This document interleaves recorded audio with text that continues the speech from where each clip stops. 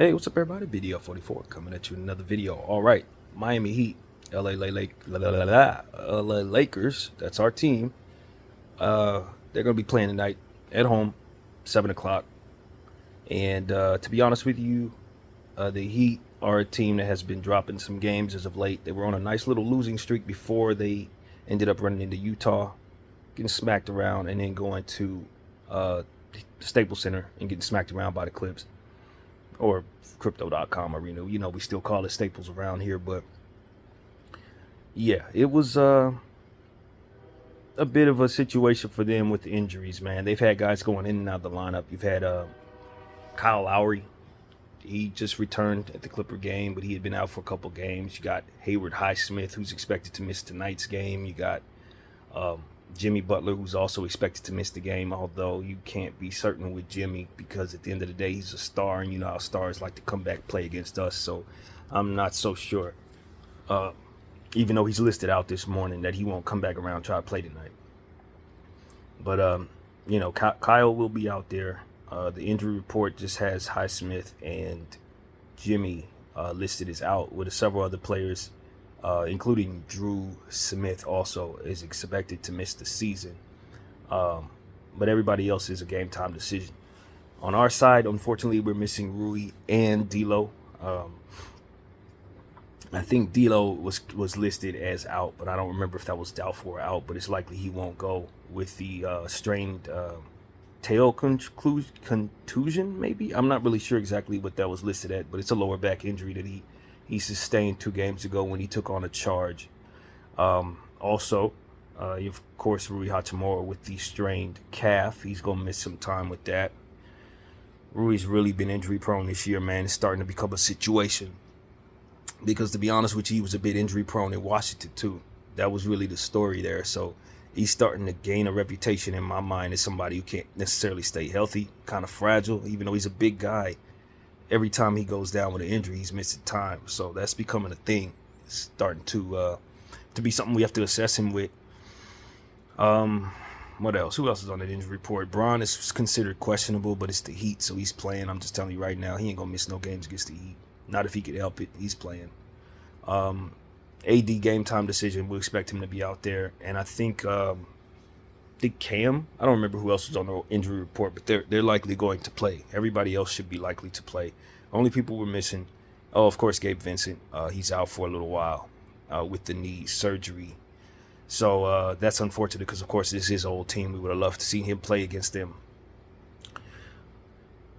Miami. So if you're talking about the Miami Heat, especially since Jimmy's expected not to play, you're talking about Bam Adebayo.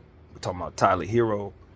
You're talking about Jaime Jaquez. Those are the 3 guys that go come to mind immediately, and you need to be ready for them. Jaime Jaquez, I found out, I didn't know this, but he's from Camarillo, California, which is not too far from here, about an hour away. So this is like a homecoming type of thing for him to be at Crypto.com Arena.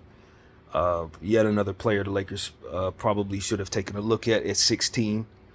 Someone who could be ready-made and is giving the Miami Heat a very good production as a rookie at the forward position. And he coming off a game where I think he had like 4 steals. So he's two-way. You know, he can do things on both sides of the floor. So the Lakers just did not take him. Another hometown kid they could have taken. You know how that goes. But it is what it is, man. One man's trash, another man's treasure. The Miami Heat picked him up and have been extremely pleased with him ever since. They've been giving him minutes out the gate, and he's been doing great things with him. So given the fact he's playing against his hometown team, I would expect for him to show up, show out.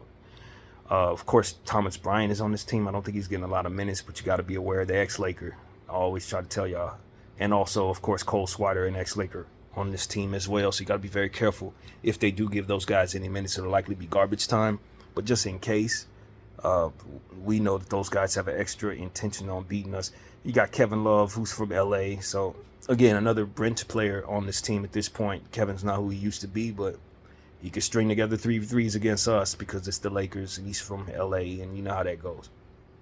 So those are the things you get out the way early. Just understand who's from LA, who has interests out here, who might want to show up against us more so than somebody else because they have ties to this place or whatever.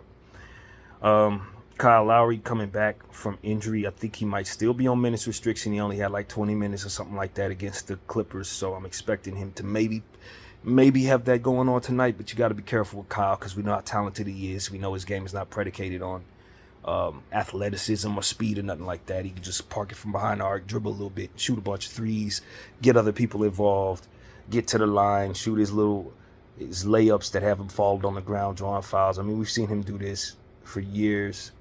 He's probably going to continue to do this for years. So you just got to be careful with Kyle Lowry. You don't know what type of game he's going to have. But with Highsmith out, they're using a guy by the name of Jamal Cain. He hasn't really had the greatest games over the last several games, but who knows? He might want to make a name for himself tonight at the forward position, so be aware of Jamal Cain. RJ Hampton's on this team. They gave him some starting minutes a couple of nights ago. It didn't work out, so they kind of moved him a little further down the depth chart. I expect to see him off the bench a little bit. So these are names that I just remember seeing on the depth chart, but they weren't necessarily killing it or nothing like that. It's going to be just a few people that they likely use a lot, and basically it's the names I said at the beginning. Tyler Hero, triple-double threat at times, definitely a scorer, volume shooter, dancer. He's going to dance on you, dribble, shoot the ball, get streaky, hot, that kind of thing. You just got to be aware of him. He can go from anywhere from 15 to 40 points, honestly. He can do a lot of things, and he can assist the ball pretty good. He's a point guard ish type of shooting guard, small forward. So they use him at different positions. They kind of have him in a microwave scorer role a lot of the time, but Tyler could do a lot more, in my opinion, than just be a scorer. He can help assist the game and do other things as well. So, be aware of Tyler Hero. Definitely don't allow him to be a hero tonight. Of course, Bam Adebayo. We got to talk about the first game he had against us. Triple-double, 17 rebounds. He was phenomenal against the Lakers. I'd imagine he'd go try to duplicate that again. Of course, we remember when we played the Miami Heat. I think it was like the fourth game of the season or something like that, third game of the season. It came down to one shot. Cam Reddish missing from the corner. Bron trusting him with that shot, and he didn't hit it. I think he's the one that's on the injury report as well. I think he was somebody else that's a game-time decision. I don't know if he's going to go. He didn't go in the last game against the Pelicans, and so on and so forth. That Pelican game it just epitomized just how bad our 2023 was. We were 17-17 as a record, 500 ball club, and that game just showed us that we can't sustain really anything when certain players are missing. And they don't have to be stars, because our stars are hardly ever missing. In fact, they've been very healthy, Bron and AD. But you move the D'Lo piece, you remove Cam piece, you start trying to find what else works, and suddenly the team can't even function, which is a frustrating thing, man. And to be honest with you, I barely glanced at those stats in that New Orleans game. I really blocked that game out of my mind. I barely even remember watching it. That's how much of an eyesore it was for Laker fans. And of course, we were coming off the Minnesota game where we had the controversial 2-point, 3-point shot, whatever you want to call that, Bron shot, and they just called it a 2. Said his foot was barely on the line, and that was good enough to keep us from getting that into overtime with that shot. So, I think the team was kind of salty about that the next night, and just really didn't have a whole lot. Short flight, long flight, short night, that kind of thing. So the schedule makers just set us up for failure, and we lost both of those games. We did not really show up. And without D'Lo, we're missing a facilitator, and of course, coach doesn't necessarily throw in Austin Reeves to replace that. He's still trying to, do things with the rotation that allows for us to have a bunch of defensive players and forwards in the starting lineup. And, I don't agree with it. I tried to shoot him some bail in the video where I said the starting lineups don't necessarily make as much difference, more so than just you want to make sure that it trickles down to you having good rotations, but it hasn't. It just hasn't. Not since that game where I made the video. So, and that was against a shorthanded Charlotte Hornets team that we beat. So, against good teams, against solid teams, his forward rotation has not had success. Starting lineup, rather, has not had success. And I'd hope that he would still look to tweak it, since the mainstay that he said Rui Hachimura would now be starting is going to be out. So there's reasons to believe that maybe he inserts Cam Reddish in there and continues going with the forwards, let LeBron James be the point guard, which I think it's a mistake. Um, or you could try to see if he wants to throw in Max Christie. Max has been having some pretty solid games since coming back. Maybe that's the role for him, but I just wonder, and I think everybody wonders what Darvin's going to do because we don't actually know. So here we go, getting bit by the injury bug again. Two starters or mainstay players in D'Lo and Rui are expected to be out, and now we got to continue to watch Darvin shake the roster around inconsistently, and it's just making us all roll our eyes at this point. It's not leading to success. So I would prefer him just get back to something traditional. Obviously, with D'Lo out, we can't really do that even. But you could at least put Austin in the starting lineup, place a point guard, and let him play some of those minutes at the back of the roster too. Let him just play 30 minutes a night. Play him in both roles. I don't know why we wouldn't. We're so limited at the guard spot in terms of playmaking. We're so limited at the guard spot so in terms of shooting. And I just don't think punting those things are good for us right now. But that's my opinion. We'll see what Darvin does. TP's been shooting well. Torian Prince. I mean, there's been some issues with other aspects of his game, but who doesn't have holes in their game on this roster at this point outside of our stars? Guys do what they can do, and TP's been doing what he does best very well. So we want him to keep shooting with confidence. Excuse me. When you talk about the Miami Heat, they had a game, as I said, against the Utah Jazz. Colin Sexton and Keontae George were really big there, and they allowed them to shoot the ball very well from behind the arc. Maybe we can take advantage of that with TP, since they haven't really guarded the perimeter well, and they don't shoot the ball very well from behind the arc. But with Kyle Lowry, Duncan Robinson, that's another name that we need to be aware of course. Kevin Love, they do have some shooters, so we just need to be aware that they may not shoot the ball well as a team, but they definitely have some guys that can get hot and stay hot. So with Duncan Robinson down there specifically, you don't never, ever really know if he's going to just go Super Saiyan on you and shoot like 8 or 9 threes on your head. It's possible. So got to guard the perimeter against the Miami Heat. Tyler Hero, same thing. Kyle Lowry, same thing. They're very capable. Even Bam Adebayo, I've seen hit threes here and there. But I expect Bam to try to really continue to duplicate his success. He's had some good games against us specifically over the years, and I just know that his eyes light up when he sees the Lakers. So he's fully healthy. He's playing like an all-star. And when we saw him, we had him looking like Keem Olajuwon or somebody out there. So triple-double. He shouldn't be going for no damn triple-doubles, man. Excuse me. So, I'm actually curious to see what body language is going to look like tonight. People are tired, man. People are tired of losing. People are tired of being mediocre, specifically. It ain't just losing. It's the fact that we beat some teams and don't beat others. We almost a good portion through, almost close to halfway point now. And we got a lot of home games ahead. Even though these home games against some really good teams, we should be home basically for almost the entire month of January, which I think is really lopsided. But I'm not upset at it. But it just seems like if they would have diversified that a bit more, maybe we'd have a better record, because we did take on a lot of road games and a lot of tough games to start the season. So guys get to stay home a little bit. We get our nighttime games back for the majority of this month, so we can kind of settle into that.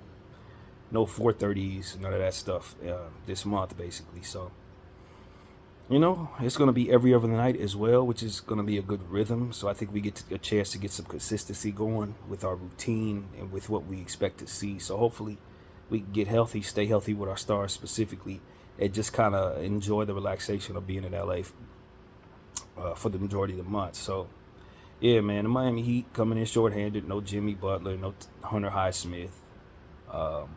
Maybe a limited Kyle Lowry. I think this is a game that we should win. I really do. I believe we should win, even though we're not the greatest team in the world. This is a Miami Heat that's struggling to find things that's working for them on the road right now, and I don't think that should change tonight. Tyler Hero is going to have to step up and play big if he wants to win tonight. Jaime Jaquez, same thing. And I don't doubt that if we don't play better defense, they will. Our defense has been struggling lately, even though we've been leaning into defensive rotations. They haven't translated to any success. And I think part of the problem is because we're not making people work too much on the defensive end by leaving defensive players on the floor to struggle offensively. So we need to just find some balance out there. Coach is going to have to believe balance is something to look for. Right now, I just don't see that. I think he's looking to load up on forwards, load up on players who can do certain things, and he's just doing stuff I would never do with my roster, man, honestly. And I just don't know if it's leading to any success. I don't believe in it. Nobody believes in it, honestly. And the word around town is Laker fans tired, man. They want him fired. Now, me, I don't think firing him makes any sense because we likely go bring in somebody that can't make any more sense of this roster than he can, to be honest with you.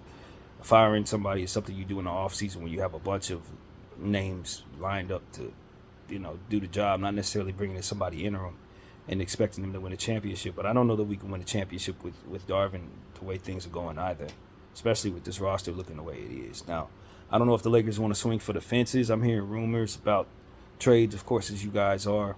I just saw a rumor with Donovan Mitchell, but I don't think it was a credible source. I don't think we can get Donovan. If Donovan becomes available, I don't think we have the best package for him.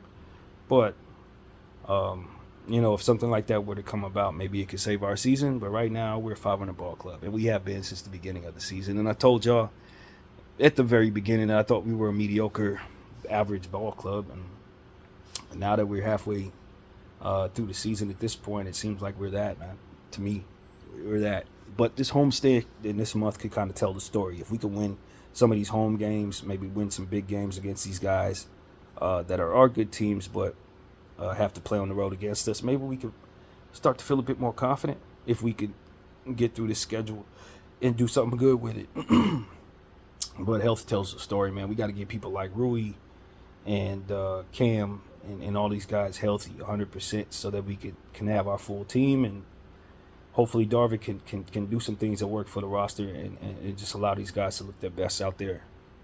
If he does it, we could continue to struggle and so on and so forth, man. I'm over it. I told y'all in the last game when I made a reaction to the Pelican games that I was over this roster. I'm ready for us to make some changes, and I just don't think that this is the best roster in the world to try to win a championship with.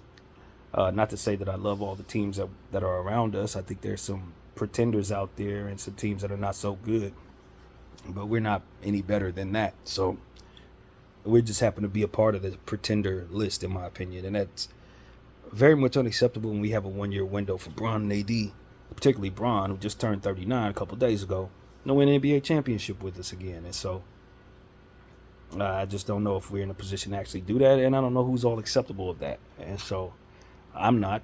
I don't think Bron is. I don't think AD is, with him playing as well as he is.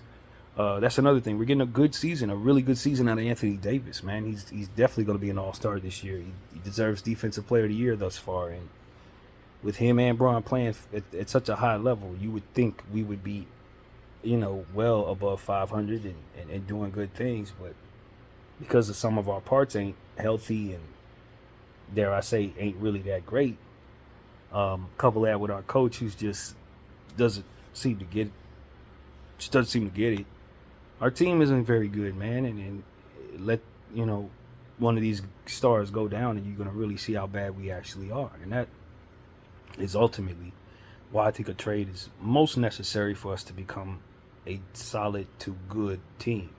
So, yeah, we're just gonna have to shake some things up, or we're gonna have to live with the results of what this is and pray that AD and Bron can stay healthy, even though I have reasons to believe that that's gonna be a tall task if we keep on leaning on them like this, especially AD. We're just asking too much of Anthony Davis right now, and he's given us a lot, but when you look at the game against the Minnesota Timberwolves, we lost by 1, and he played fantastic, and I was still calling for more. That should tell you right now how much he's going to have to do just for us to beat a good team. So, yeah, man, Miami is a solid team in the East. They're not overly great themselves. They're really not. I think they're just a couple notches above us offensively, a couple notches below us defensively. I think that's how that goes. So they're pretty average themselves, but, coming out against us, they can look like world beaters if we don't come out with the right intensity and energy and chip on our shoulder about just how bad we've looked lately. So 2-game losing streak for us, 2-game losing streak for them. Two teams that should be motivated to win, man. And I'm actually honestly excited to see what Jaime Jaquez looks like. I am. I think he's a really good player. I think he's already shown that he's ready, made for the NBA, and I just wonder if this is going to be one of them shining rookie games for him coming home against the Lakers. I'm curious to see if he's really going to go off against us, because with a couple forwards missing on both sides, no Rui, for them, no Hayward, no Jimmy. I just expect for this to be a Jaime game. I do. I expect for him to go off, so we're going to have to put some extra intensity on him, maybe put a Vando on him or something, and play him like he's a star, because if we don't, I got a weird feeling this could be one of the nights for him. So, yeah, that's really what it is, man. He's a physical forward. Be ready for him pushing people around, getting into the mid-range area, shooting, dunking the ball, stuff like that. I told people before he was even drafted, he reminds me of Paul Pierce, a poor man's Paul Pierce, and I think that there's reason to believe he could turn into something like that, man.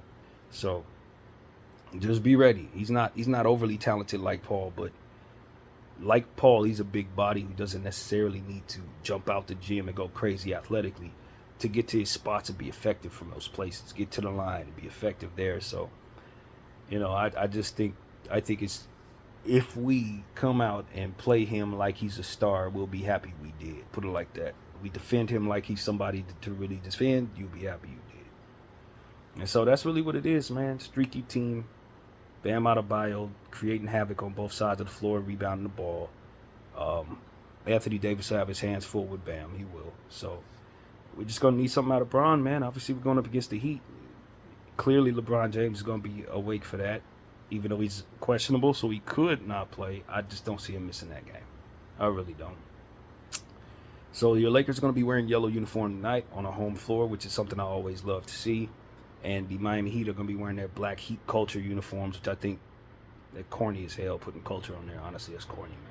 But nevertheless, that's what they're wearing tonight. They beat us wearing them last time, so we just gotta bring it to this team and send them somewhere, because their culture is just a page out of ours, really. And Pat Riley's a Laker dude, so he just took his Laker energy and just brought it over there. That's really all that is, man, honestly.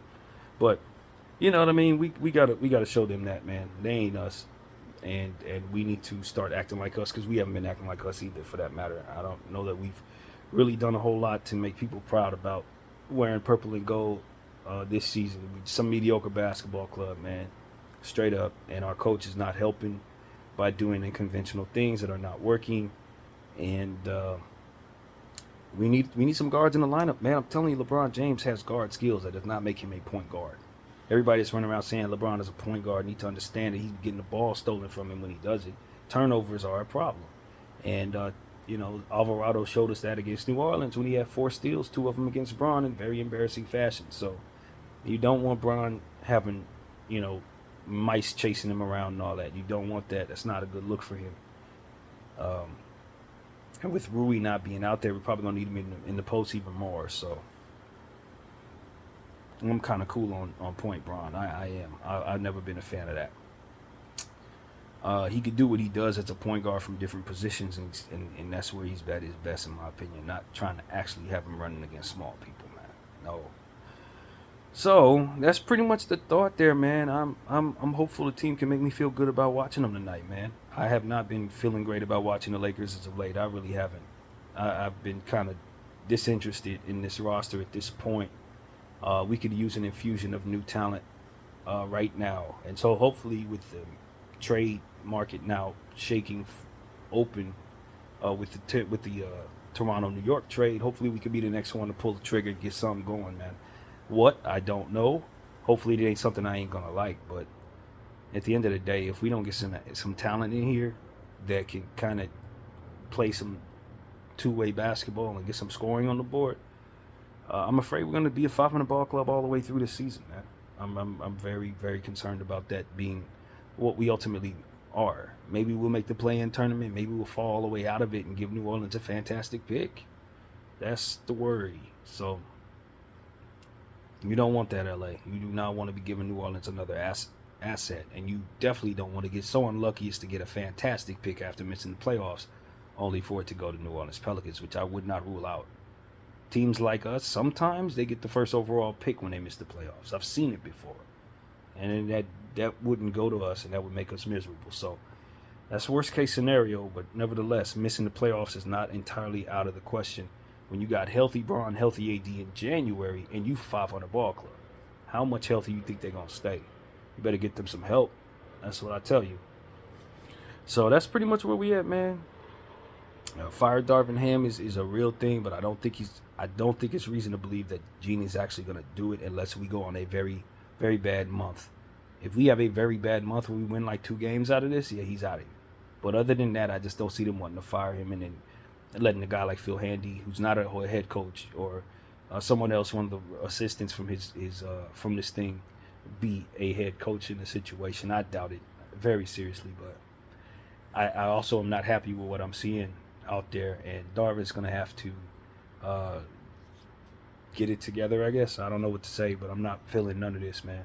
I'm not feeling it, neither is anyone else, for that matter. So that's what I got to say about the Lakers, man. I'm looking forward to you helping me believe again, you guys, Laker fans, a Laker team, rather. I'm looking forward to being excited about my team again.